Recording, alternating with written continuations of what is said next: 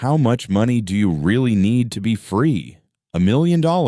Most people think that once you get that number, everything will change. Stress will disappear. Problems will end. Life will be free. But there's one problem. That's not quite true. Because in reality, people who have $1 million and they still count every expense, they still work, and they still fear losing money. And then there's the other side, people who don't even have close to $1 million, but they feel freer than those same millionaires. So a question arises that almost no one asks. How much money do you need to be free? And why is almost everything we think about it a mistake? Today, we'll explore all the levels of the financial freedom iceberg, from nothing to a state where money no longer controls your decisions. And at one of these levels, something happens that almost no one talks about. You'll understand that $1 million isn't the pinnacle. It's just the middle ground. And if you think you know where the financial race ends, you're probably wrong. Let's get started. Enjoy watching, everyone. We start the iceberg of financial freedom at the very top. Survival, $0 to $1,000, where most people find themselves. This is where the biggest financial battle takes place. Not for financial freedom, but for survival. Imagine a person named Alex. He works. He gets a paycheck. He wakes up every morning and does everything right. But at the end of the month, his account is almost empty. From the outside, it seems like the problem is income. At this level, the person has no money. But more importantly, they have no room for error.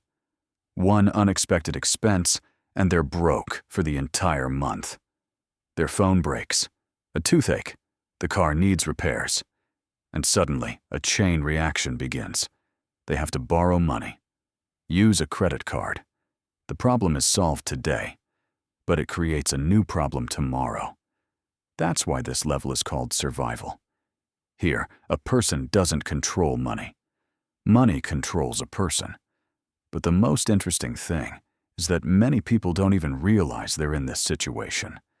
They think their problem is that their salary isn't high enough. It's not just how much money comes in, it's how much time your savings can buy.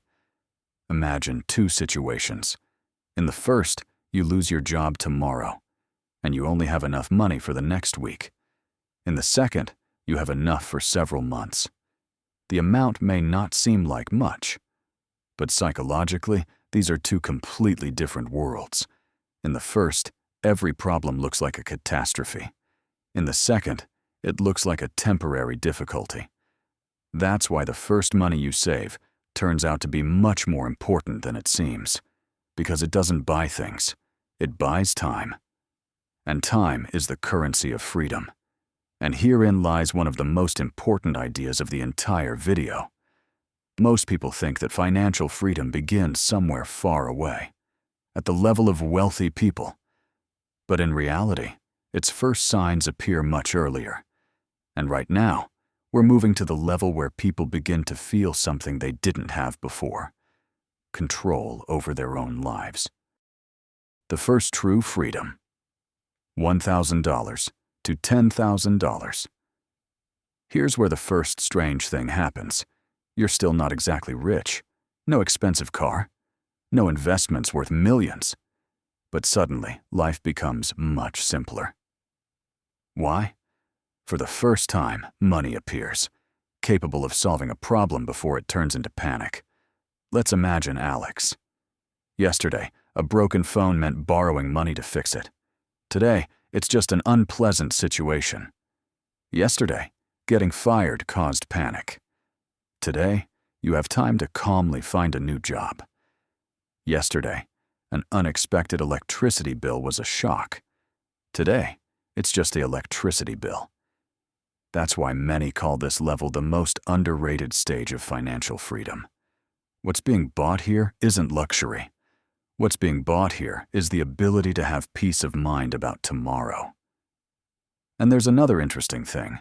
Everyone dreams of $1 million, don't they?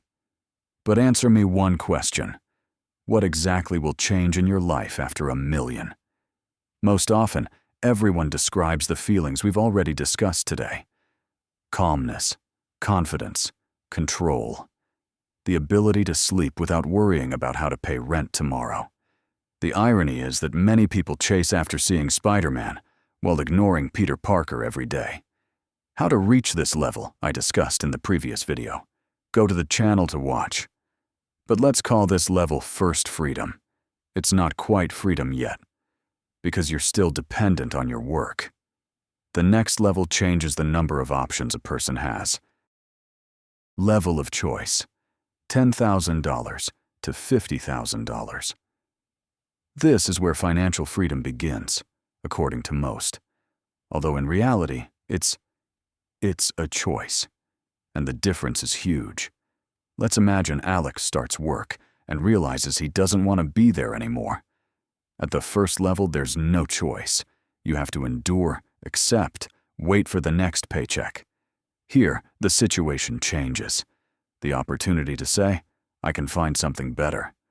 That's what makes this level so interesting. You stop living paycheck to paycheck. You're in the top 1% of people with that kind of salary. You have opportunities. Move to another city. Learn a new profession. Even start a small business. But you still need to know how to build a business. If you're interested, we'll analyze the iceberg of business mistakes in the next video. Let us know in the comments. Most people underestimate how valuable this is, because the best decisions are rarely made under pressure. But the main thing is to avoid the trap of thinking you've already achieved everything, and there's no need to try anymore. At this level, many begin to feel like winners. It seems like the goal has been achieved. However, ahead lies a milestone that many investors consider the most important in the entire financial game. The first six-figure sum, $100,000. The most important milestone. $100,000. $1 million sounds impressive. But if you listen to the stories of rich people, they talk much more about the first $100,000 than the first million. Why? The problem is that $1 million is a goal, and $100,000 is a tool that will help you reach your goal. Imagine trying to push a huge stone up a hill. At first, it barely moves. Every meter requires effort. But every small step you take over time adds up to an impressive distance. That's why many consider the first 100,000 the hardest part of the journey. Not because the amount is huge, but it's here that a person first sees the results of all their past decisions. There's something else interesting, too. When people dream of becoming rich, what's the first thing they imagine? Expensive cars, luxurious houses. But at this level, something completely different usually happens. A person suddenly realizes that they no longer want to impress others as much as before. A feeling emerges that you're doing everything right, that life is finally moving in the right direction. Yes, $100,000 isn't as glamorous as $1 million, but after that, life begins to feel completely different. And yet, there's a level ahead that changes neither money nor opportunities. It changes a person's relationship to time itself. $500,000. The level where the hurry disappears.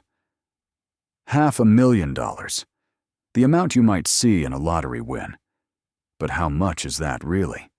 If you add up cash, investments, and other assets, a person with $500,000 is already richer than a huge portion of the planet's population.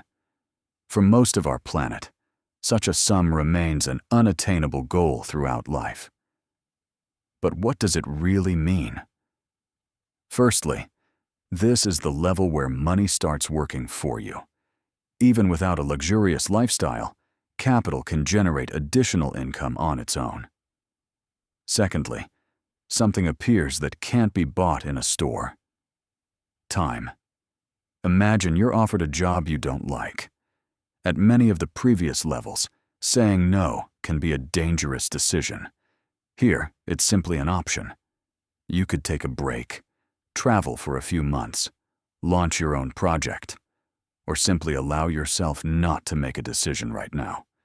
But the most interesting thing is something else. When people imagine someone with $500,000, they often think of luxury.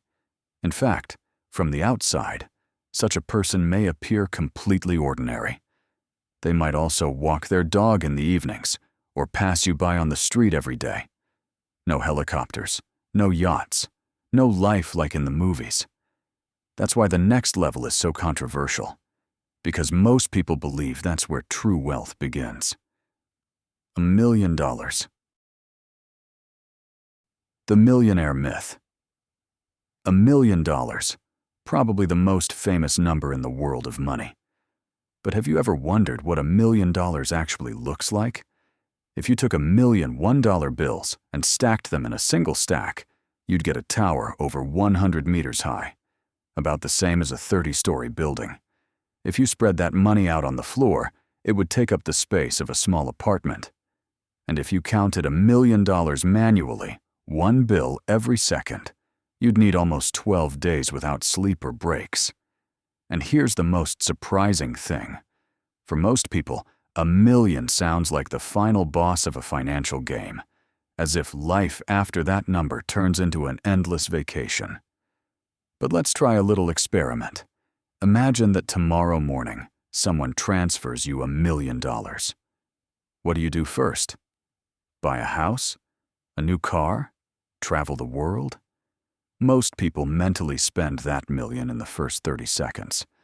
And that's why $1 million seems simultaneously huge and small. Huge when you look at the number. Small when you start spending it. For example, one nice house in an expensive area can eat up half the amount. A couple of expensive cars, another chunk. A few rash decisions, another chunk. And suddenly, it turns out that $1 million isn't infinite money. It's just a very large sum, but still incredibly rare. Most people will never even come close to that mark. That's why $1 million remains one of the most coveted numbers in the world. Not because it's a fairy tale, but because for a huge number of people, it's proof that they've mastered the financial game far beyond the average player. True financial independence. The tip of the iceberg. $5 million to $10 million plus. Such sums sound almost impossible. While $1 million can be imagined as a large house or a successful business, then $10 million is a completely different level of play. With such capital, many people are capable of earning more money in a year than the average person will earn in decades.